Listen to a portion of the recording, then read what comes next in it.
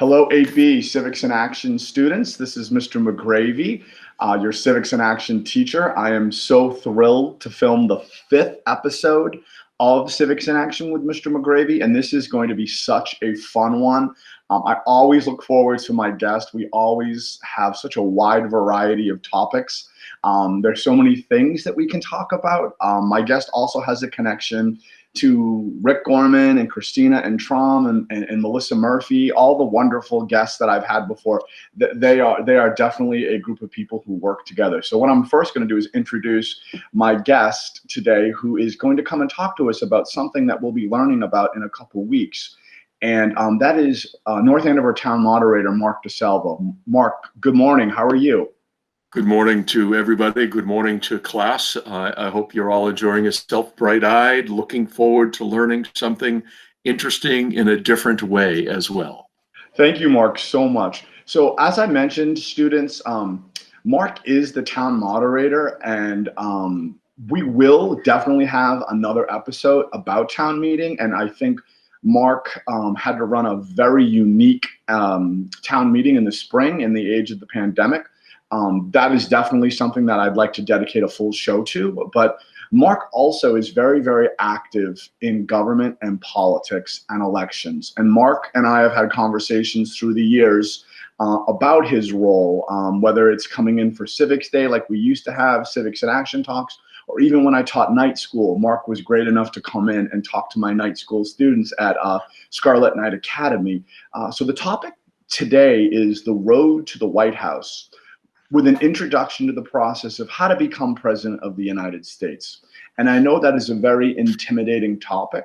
And students, this is merely an introduction. This is just a nice getting your toes in the water. It's a nice introduction. This is going to give you so much background knowledge that perhaps you did not have. I know we did watch the first debate, and you were all very engaged, and you were all very, very interested. So you did watch the first debate. So we watched about 25 minutes of it, Mark. Oh my goodness. And not a good introduction to the process of becoming president of the United States. No, Mark. And what but instructive in any case, because what's the point of a debate? It's to inform. And this way, in a perverse, negative way, we did inform. It did inform the public about the It sure did. And Mark, what I decided to do as a teacher is traditionally I do a rubric on who won and who lost.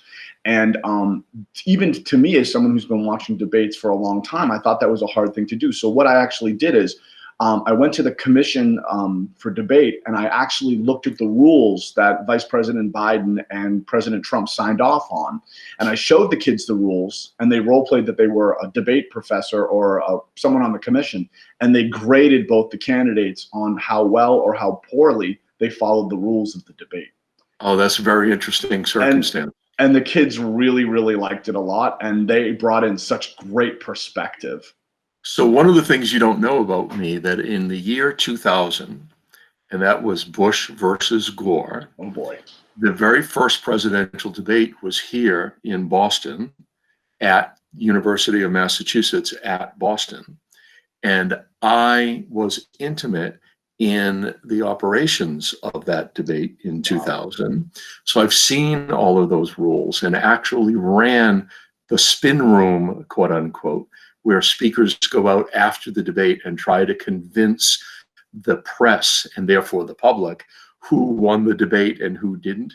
And in that debate, there were questions about whether people followed the rules. So it's a universal complaint or political advantage, if you will. Wow. But it's fascinating to sit in. I recollect that you just don't show up for that hour and a half. We were there 10 hours before the debate began and left, and the debate ended at 10 o'clock, 10:30 as I recollect, and we didn't leave the building till 2:30 in the morning.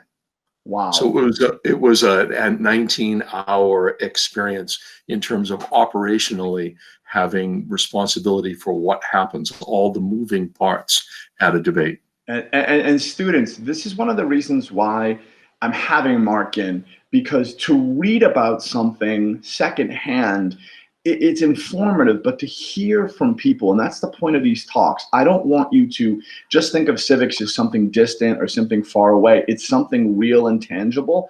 And Mark can testify that it's something that you can get involved in. It's not something that is difficult. Mark is involved in this. So that was a really cool side topic, and I really, really enjoyed that. What I do like to do, Mark, is I do like to do an icebreaker with all of them. And if you remember when you came into the class, you haven't done enough already? No, I think okay. I want to do one quick one. I want to do one quick one. And this is more towards taking you back. And I joke this with my guests, to either a really amazing time in your life or a deep and dark place. And that is middle school and putting yourself in the shoes of my students. So what I did is the connection to NAMS, our building, the North Andover Middle School. You have mentioned a number of times that you have had a connection to it. And what I want to do, if it's okay, is I'm just going to share the screen. I have not done this with my students yet. So what I'm going to do is I'm just going to share the screen. And now it says North Andover High School students. All right. And then when I scroll down a little bit, all right, it says 1954. And that is a building, ladies and gentlemen, that should look very, very familiar to you. It is a building that looks a lot more familiar to me when I was in 8th grade, when it was the North Andover Middle School, especially the front little porch there. But I'm going to take this off my screen now. So Mark, what I'd like to do is I'd like you to just take us back to your connection to this building and let the students know what it was like when you were their age and you went there. I think it would be a cool history lesson for the kids. So in 1954, that was the year that I was born, not the year that I went to high school. Did not insinuate that. Did not insinuate that. Thank you very much. I went to high school between 1968 and 1972 at the North Andover High School, which was a fairly new building at the time, if you will, only 14 years old. And it was and remains your North Andover Middle School. And if you look at that picture once again, way over on the left-hand side of the picture is a group of windows. And those windows are what you sometimes sit in Mr. McGravey's rooms, which used to be the library of the old North Andover High School. And I can still, every time I walk down those aisles, particularly that main aisle going down to Mr. McGravey's room, I look on the left and my old locker is still there in the same place. My locker number was 1011, oddly enough. And later on in life, one of the first homes that I bought in North Andover was at 1011 Great Pond Road. And who was the owner of that home before I bought it? But my old high school principal, Dan Desmond, Principal Dan Desmond. So there's lots of connections in life. So I absolutely feel I've trod, I think, those very hallways that you experience right now. And I have very fond, sometimes difficult, but generally more fond memories of North Andover High School. That's where great. I first got involved in electoral politics, actually. Oh, that's so great. That's so great. And students, you know, Mark mentioned the library, and a lot of students always ask me, you know, Mr. McGravey, why do you have this long hallway into your class? And, you know, as much as I'd like to say it's because I'm special, that's not really it. It's when they were redoing the school in 96 and 97, the architect, I think it was a learning center or something like that originally for special education students.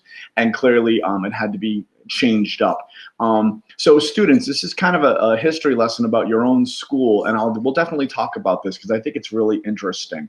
All right, so Mark, you know, you've been very involved with me and you know, the civics program in its infancy. When I had Civics Day, you know, I think in 2014 was the first Civics Day, and in 2015, and you would come in and speak to all the 8th graders.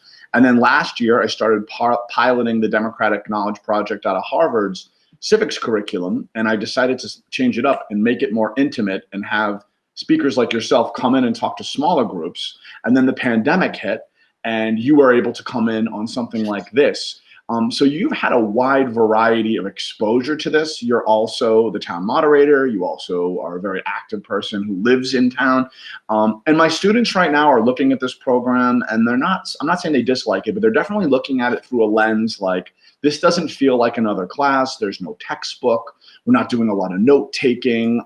This is very, very different. So I've been asking my guests who have kind of been with me from the beginning of the journey, what have your impressions been of the program? Just give me some impressions. You know, you were there, you actually were there live with kids.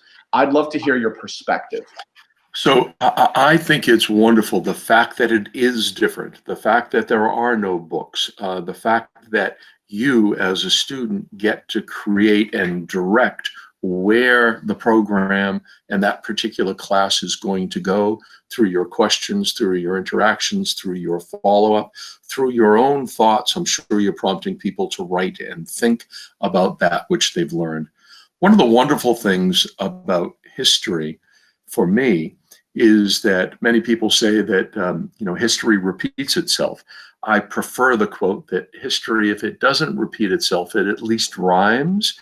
And it's actually quite true that what we're experiencing today and what people like myself have experienced through the years, and you are not that far away from having those kind of influences yourself, is part of history. It becomes and is created as the first version of history.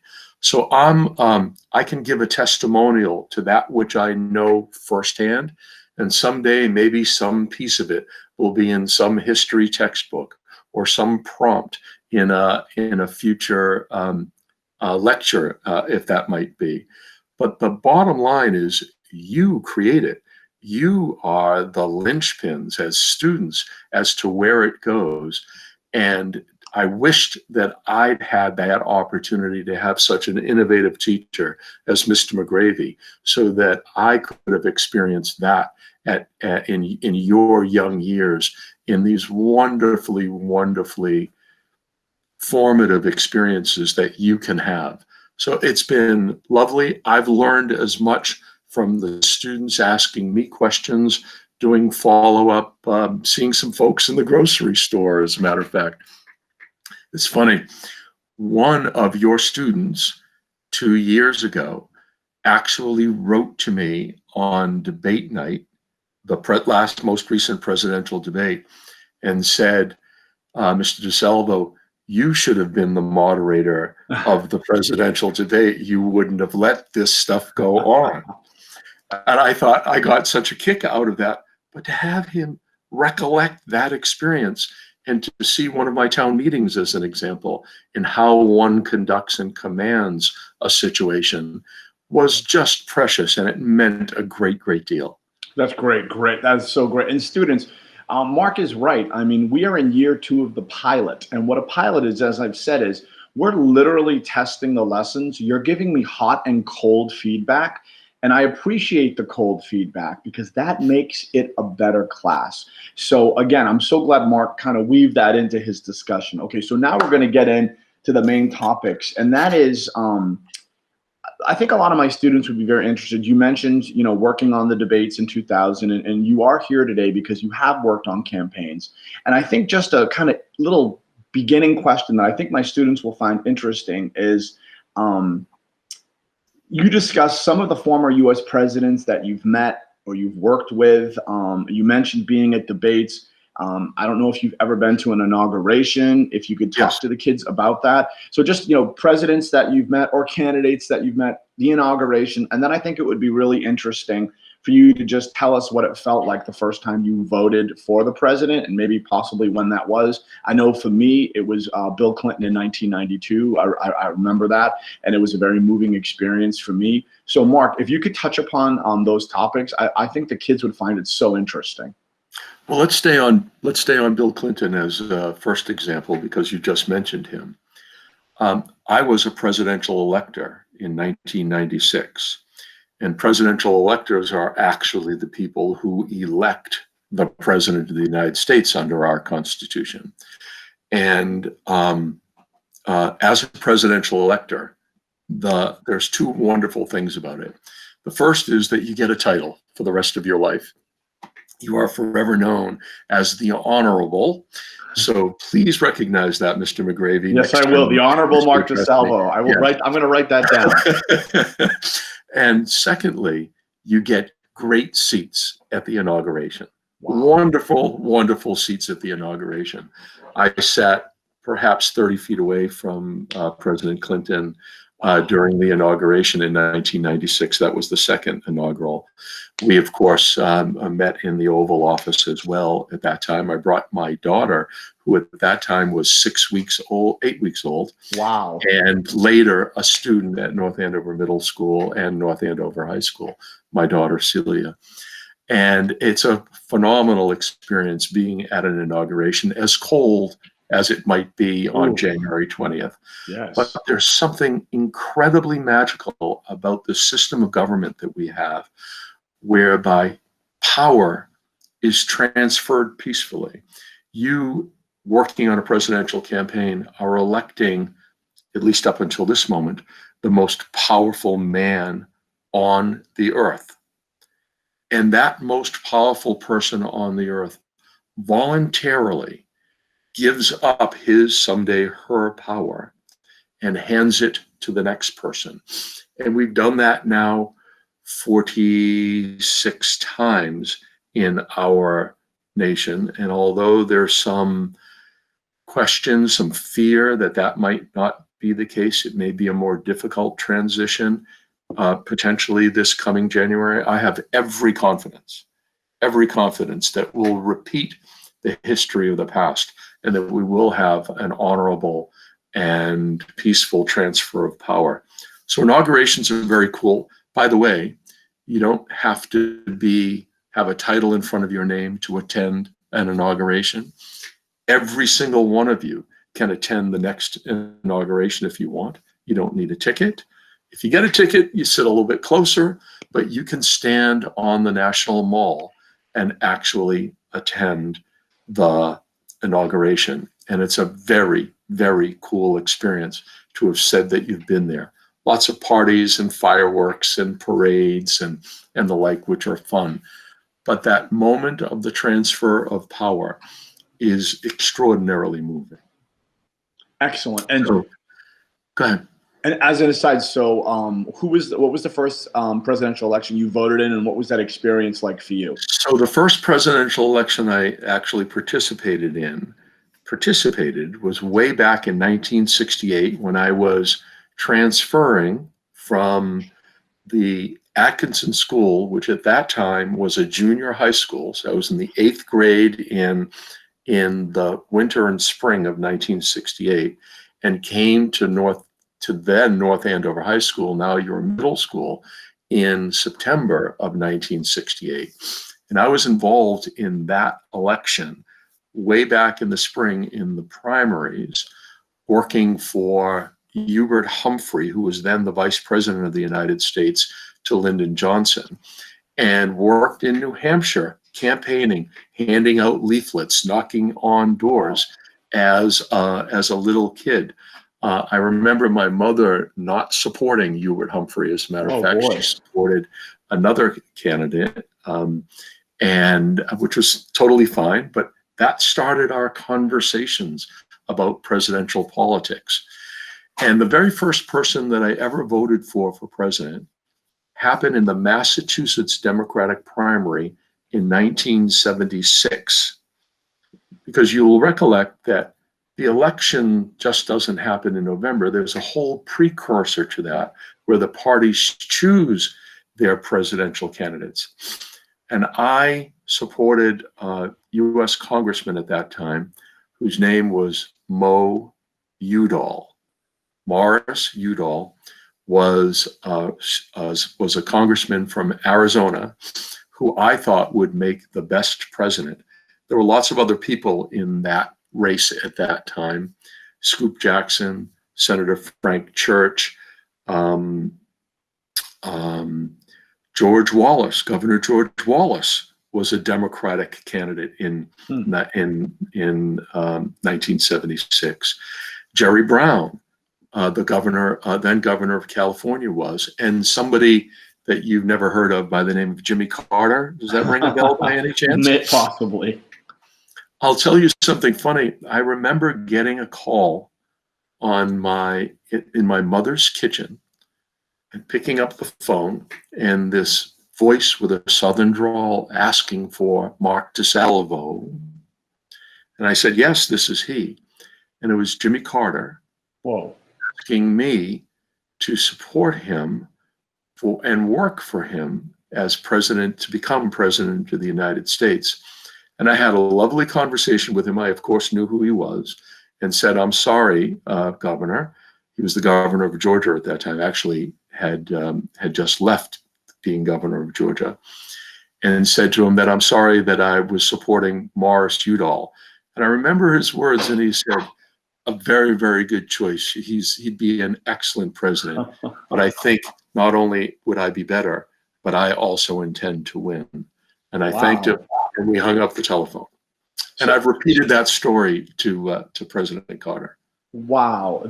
So students, I mean, just imagine getting a phone call from a candidate at that age, and then not only, you know, and being so honest, and, you know, I don't know, I mean, I would be tempted to almost like stretch the truth and say, oh, I'm considering, but that's great, Mark.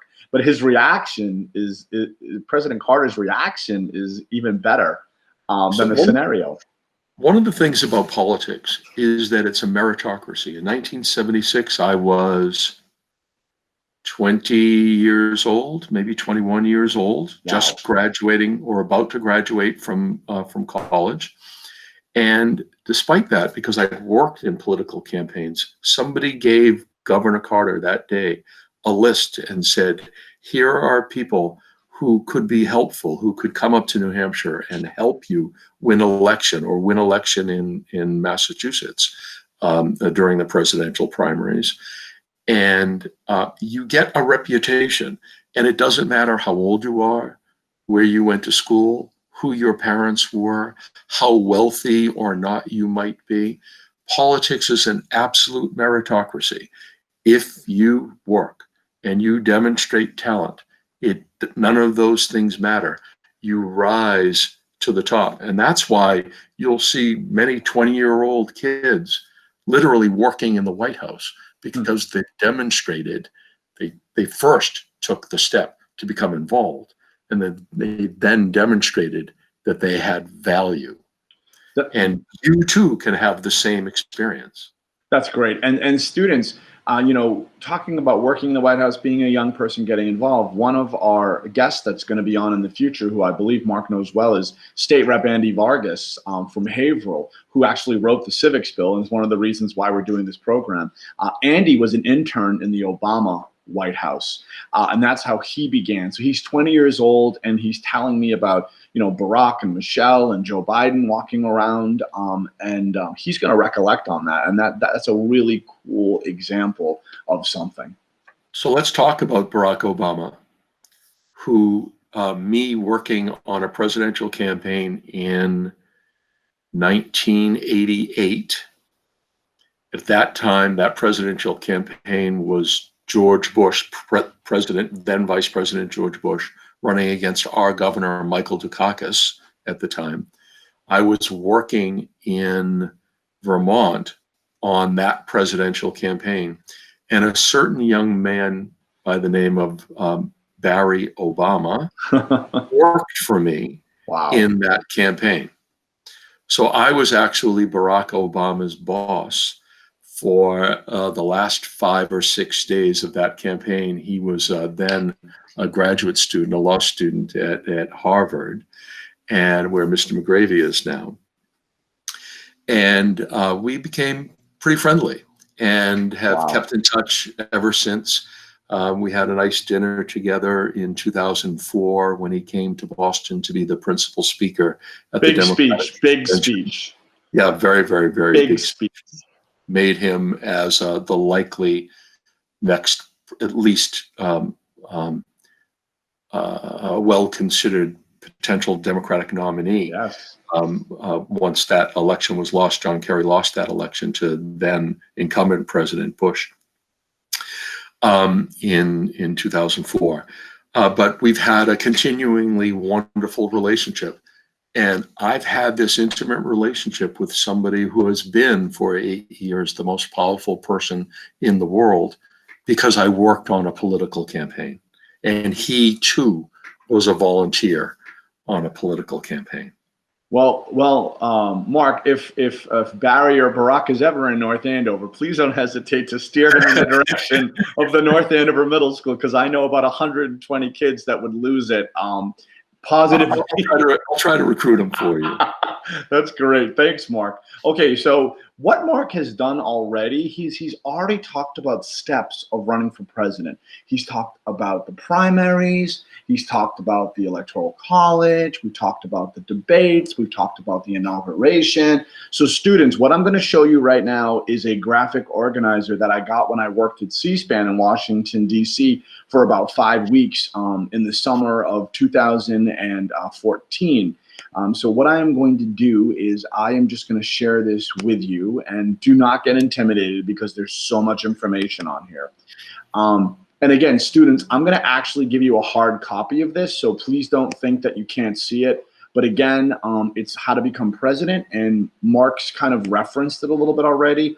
Obviously, qualifications: a natural born citizen, 35 years old, U.S. resident for 14 years. And then, as Mark was talking about, the primaries and the caucuses, getting the nomination from, obviously Joe Biden is the nominee from the Democrats. Donald Trump, the incumbent, is the nominee for the Republicans. And then the conventions are a part where you saw this summer. I know that some was virtual and some was live. And then you get into the general election and, obviously the competitions that are going to happen. We're going to learn a lot more about this in class. This is only an introduction. The Electoral College, each state having a number of electoral votes based on population, 538 total electoral votes, and whoever gets 270 or more becomes the president. And then the inauguration is in the cold days of January, as Mark alluded to. So students, this is just something I wanted you to see, just to kind of put everything that Mark is saying into perspective. And this is by no means going to be a lecture or anything like that, but I just thought it was important. So Mark. So the very first, if I might, the very first things about that graph that you just showed, that picture showed, were what was at the very beginning: citizen. A citizen, you must be a citizen to be able to become president.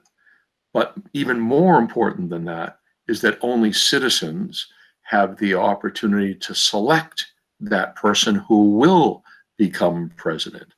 But citizen doesn't mean that you're eligible to vote all by itself. To me, citizen has a broader definition. We are all citizens, no matter our age. You heard earlier how you can have an influence on a presidential election as a 14-year-old, as a 12-year-old right now. You get to influence your parents and guardians, how they might actually vote. So I'd encourage you to recognize the power that you have right now around this presidential election. And then when you go all the way down that circuitous path, there comes a number, and it's called 270. And 270 is the number of electoral votes that are necessary to become president of the United States. It's a long path.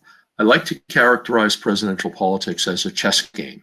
I don't know if any of you play chess, but it's a truly tactical and strategic game at the same time, or at least exercise rather than game, because it's a deadly, deadly serious business, becoming president of the United States. But as you've heard, anybody can literally be president of the United States. I've got, can I do a little quick show and tell? Mark, please do this. I wish it was live with the kids, but this is going to be what we're going to be able to do. Students, this is great. I have the, can you see any of these? Yeah, it looks perfect, Mark. I have this list of, or depiction of campaign buttons, some that I worked in. The first one, Johnson and Humphrey, back in 1964. In 68, then Vice President Humphrey tried to succeed him.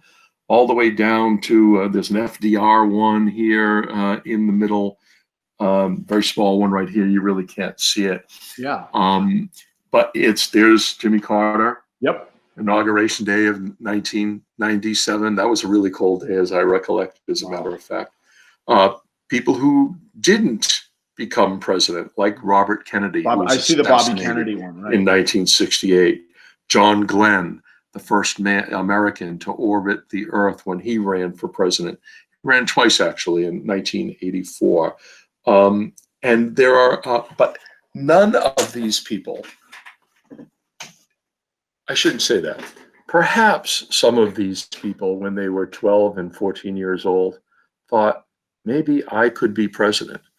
One of you could be president. In addition to these more modern buttons that I have a collection of antique buttons, as a matter of fact, some of which are quite valuable, including one that I didn't pull out of the vault of Abraham Lincoln in 1860. But this is actually one of my favorites. They didn't have buttons. This is a paperweight that was given out, and this is President Zachary Taylor. Zachary Taylor. Yes, Zachary Taylor for President of the United States. So there's some fun and warm recollections around that whole experience. But each of them needed to get to that 270 number. Yep. And people like yourself helped them get there. Every single presidency, including George Washington, for that matter, although he didn't get elected by the Electoral College. Right. But notwithstanding that, the important point that I want to make is that everybody has the opportunity to influence what happens. And I talked about how history rhymes. It wasn't it was only in the early 1900s that campaigns candidates actually went around the country and started giving speeches, going to different states. Until that time, they were called front porch campaigns, where people stayed in place, and the newspapermen, always men at that time, the reporters, came to the candidate's front porch and they would speak. And we're now seeing that history is rhyming again, that because of COVID, the presidential campaigns are essentially front porch campaigns now, with the president now spending his first night in a hospital because of COVID. We pray that he's well. He's not going to be able to do these rallies around the country for a long time yet. And Vice President Biden has chosen a largely static campaign, although he's moving around just a little bit. It's not like the kind of frenetic campaigns where you fly around in an airplane and go literally, and I've done this with presidential candidates, go literally from Boston to San Francisco to St. Louis to St. Paul to Orlando, Florida in the same 24-hour period. Wow. Literally a 24-hour period, have that kind of schedule. Wow. So Mark, we're getting close to the end. Unfortunately, the time is going by way too fast. And Mark, just to give you some background, as I tell the speakers, the students have asynchronous days where I obviously am teaching the other cohort. And so what happens is I'm giving them these civics in action talks to do as the lesson for the day, as opposed to like a book assignment or something like that. And the kids seem to really enjoy it. So I do promise that we stick to 30 minutes. So I just want to make sure that to be consistent. But students, we're gonna talk about this last talking point, and I think it's a good one. And then we're gonna sign off on the show. So Mark, you've already alluded to this, but I really wanted to make an effort to try to make this talk happen, especially between now and November. And I'd like you to tell the students what you are going to be doing in the next couple weeks in your role in possibly this campaign, and also just share with us, through the years working on campaigns, tricks, not tricks, but things that work, strategies, You've been part of victories. I guess you've been part of losses. So just tell us what you're up to now, what's going on, and weave that into being someone who works on campaigns, because I think the kids would really, really get a lot of value out of some tangible experiences that you've had. So please let us know what you're going to be up to in the next couple weeks. So I've worked on the ground in campaigns from Oregon to Maine, from Virginia to Illinois. I've had the privilege of running groups doing GOTV. That means get out the vote, GOTV, in most of those campaigns. Although in 2012, I was actually in Obama headquarters in Chicago, where I had responsibility for remotely running what was going on in the election day activities in the state of Virginia. So I've had myriad experiences. Among the coolest have been, I remember getting a phone call from a national campaign manager, and he said, "Mark, how would you like to win 23 electoral votes or 1 electoral vote? Which would you prefer?" And I said to him, I said, "I have an ego. I'd like to be responsible for winning 23 electoral votes." And he said, "Wrong answer. I'm not sending you to Pennsylvania where there were 23 electoral votes. I'm sending you to Maine, to a congressional district, the 2nd congressional district in Maine, which is the largest by land area east of the Mississippi. Because we think, and this is the year 2000, we think that the presidential election will come down to 1 electoral vote." Wow. And we need to win that congressional district, and we're sending you to go out and win it. And I'm pleased to report that I did win that that district and that 1 electoral vote, because Maine and Nebraska, as your class will learn, actually splits their electoral votes differently than each of the other 48 states. So that was a fantastic experience, and it made me recognize, I thought my ego was a little bruised for the moment, but it made me recognize that every single one of those 270 electoral votes counts, and that that I was appreciated that they thought I had enough talent to be counted on to win the one that might have mattered the most. In the end, you'll later learn what happened in the 2000 election, and how it came down to something less than 200 disputed votes in the state of Florida, not electoral votes, actual votes in the state of Florida. My most disturbing experience was 4 years ago, where I had the responsibility for working in Pennsylvania, and Pennsylvania is a state, actually, and that's the state of Pennsylvania. So I had responsibility for Pennsylvania, as you know, is Pittsburgh in the west and Philadelphia in the east, and Kentucky in between. It's that different a state. And I had the responsibility of running the Kentucky portion of that state. And we did not do very, very well. And in the end, we lost Pennsylvania in 2016. It ended up not making a difference because Hillary Clinton lost Michigan and Wisconsin as well. Florida too, we can toss in, as we hope to have won. But it was a painful, painful experience to see voter suppression and people, in my view at that time, voting against their best interest. But it doesn't matter what partisan you are, whether you're Democrat or Republican. Defeat is part of this experience. I'm leaning in because I'm going to tell you a secret. And the secret is that last Friday, I got invited to go back to Pennsylvania and fix my error and go out and hopefully win Pennsylvania. And I'd have every confidence that we do that. Now, that assignment could change in the next 2 days.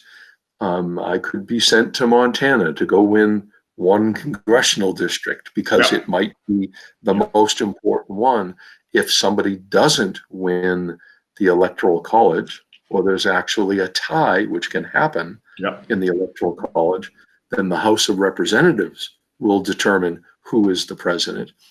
And it could come down to who wins that Montana congressional seat. So while I believe that I'm going to, by the time you read this, I'll be in Pennsylvania. Wow. I may report back that because of a change in strategy, I've gone somewhere else. So stay tuned. And just to clarify, Mark, you are working for the Biden-Harris campaign, correct? That's correct. That's correct. Great.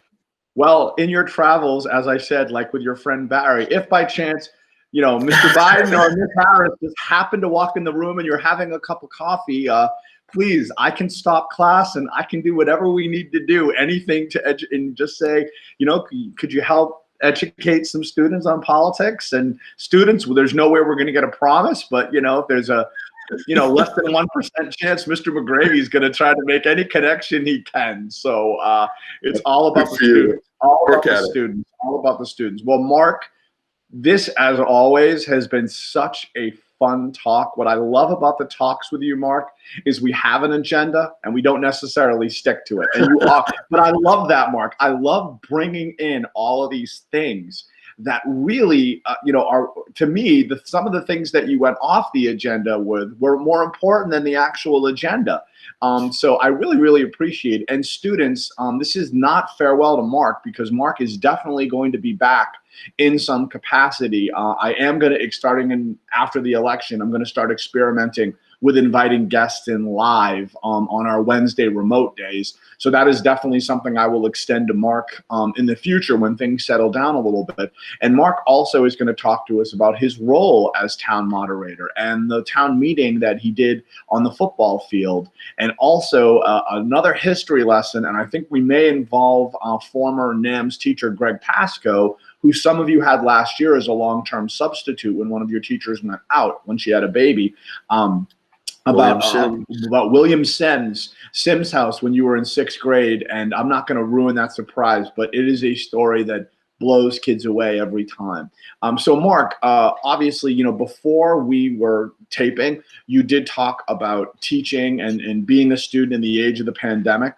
Obviously, at this point, I think we're going into the 3rd week of being into the physical school. So I think a good way to sign off is to just give my students, I think it's important that we give them a message that, I know we're learning in different times, but I think it's important for people like you to kind of be encouraging and support and really recognize all the amazing things that not just they're saying, oh, the teachers, they're doing all these amazing things, and teachers are. I'm not going to dispute that.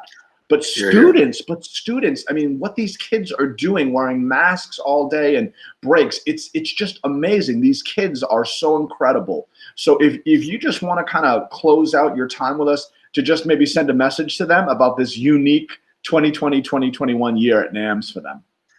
Well, just like last year, whatever school you happened to be in last year, you had a unique experience. 2020 in this school calendar year is even more unique that we're doing this hybrid thing in North Andover. I can't imagine it as a student or a teacher or any of the support staff that's helping you. But it will certainly be memorable, number one. Number two, you'll be taking that experience and somehow it will apply to something that you're going to be doing 2 years from now or 20 years from now. And you'll bring that back from that memory and know that as difficult and maybe even enlightening as it might even be liberating right now, being able to sit in your pajamas at home and go to school. I'm sure some of us are doing that, right? But in any circumstance, I encourage you to embrace it, to recognize that every experience is a good one. And I'll leave with one other thing, and that is that being involved in a presidential election, and you can be involved right now determining who it is you think would be the best president and trying to influence those adults who have the privilege of being able to vote to vote the way that you would like them to, because we are handing to you a generation of problems, a generation I expect and believe someday will be hope, and that you can have a magical, a truly influential contribution to who becomes President of the United States. And I ask you to accept my invitation to participate, please. That's a great way to end. Mark, as always, thank you. Students, this episode 5 of Civics in Action with Mr. McGravey is in the can. This was so great. Students, the DKP has created a mini unit on the election that is so interactive and so engaging, and we're going to be taking that on probably the week of Halloween right into the election. So I'm signing out. Okay. And as I do, I'm going to text Barack. I actually have his text number, and I'm going to tell him that I have an invitation for him. He's unlikely to be able to say yes, but I'm actually going to put it in writing for you. Thank you, Mark. Holy moly, that's amazing. That's amazing. That's so great. So students, I'm going to stop recording. Thank you so much, and look forward to the follow-up lessons on this with all of you.